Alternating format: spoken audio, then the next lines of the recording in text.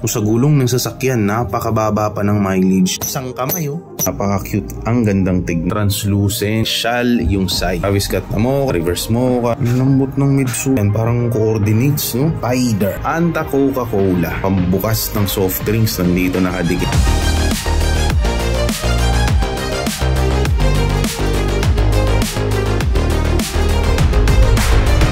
Yan na naman lahat ng natira doon sa ating nakaraang sale na buy one take one. Lipat na po namin dito lahat na natira nyo doon sa room number 3. So maraming salamat po at sa lahat ng bumili, sa mga walk-in customers at lalo na din sa mga online buyers natin. So ngayon papakita po natin kung ano yung mga nandito sa new arrival room natin. April 5, karamihan po mga pamor, mga J1 tapos Dunks. May mga Yeezy tayo, 3 yung Yeezy natin. Simulan natin dito sa mga Yeezys natin. Ito may puti, ganitong colorway, napaka-cute, ang gandang tignan. And ang kondisyon nito napakaganda rin po. So yan, dalawa po yan ha. Meron din dito sa taas and yung nag-iisang puti. Simpleng-simple lang tignan pero napakaangas, no? And ito pala, napaka-special din ng sapatos na to.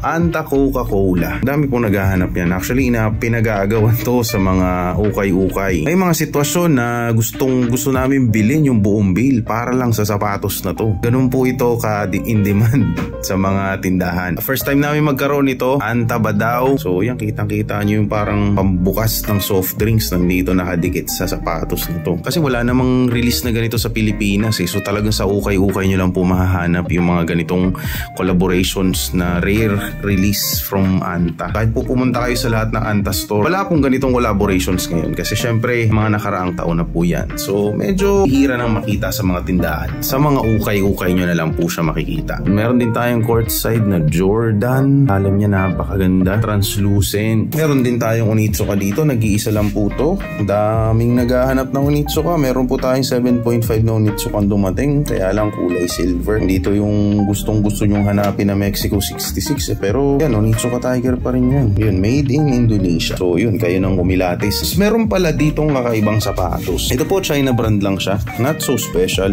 Normal na running shoes lang. Pero ayun, ang kakaiba po dito, yan, sukatin natin. Nakasulat po sa loob ng tag niya, 30.1 centimeters. So 310 millimeters po siguro ang ibig sabihin yan. Tapos euro niya 52. So ang euro 52 parang US 17. US 17. Napakabihira nga dumating dito ng size 13. Tapos bigla na lang may dumating na size 17. Kung hindi ito ganito kalaki, hindi ito special. Hindi po lahat ng tao may chance na makakuha ng size 17 sa ukay-ukay. May kalala kayo na ganito kalaki yung paa, recommend nyo to sa kanya, size 17. Running shoes lang po yan ha. Pwede itong pantrabaho. Hindi naman masyadong special yung brand, pero special yung size. Ito hindi ko na po isa-isa yung mga colorway ha. Mga mga Travis Scott, mga reverse panda, may Travis Scott na mocha, reverse mocha, yung hyper dunk na off-white, collaborations ng Nike sa off-white na naman. Yan, gamsul na gamsul po, kumpletong-kumpleto yung pattern. Actually, ang ganda ng pattern nito, parang mga contours sa mapa. Ganda niyan. So yun, ang kagandaan dito, off-white. Kakaibang trademark na naman. Basta may nakita kayong papel na nakasabit sa gilid ng swoosh, off-white na po yan. Sigurado kung lakas ng spike niyan kasi kitang-kita naman po sa pattern kanina, 'di ba? Sa gulong ng sasakyan, napakababa pa ng mileage nito. Itong tiles namin, ang hirap magpa-spike ng sapatos dito sa tiles namin ha, kasi iba yung texture niya eh. Hindi siya yung typical na texture ng tiles na makinis. Ito hindi. Ang hirap magpa-spike ng sapatos dito, kaya dito kami nagpapa-spike sa wall. Pero tignan natin ha.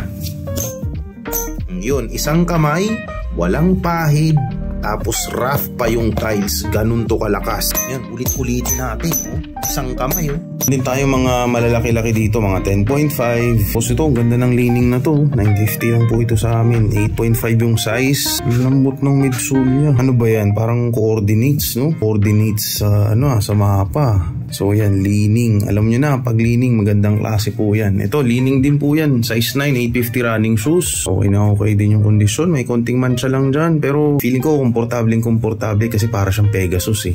Meron din pala tayong Donovan Mitchell ditong pad.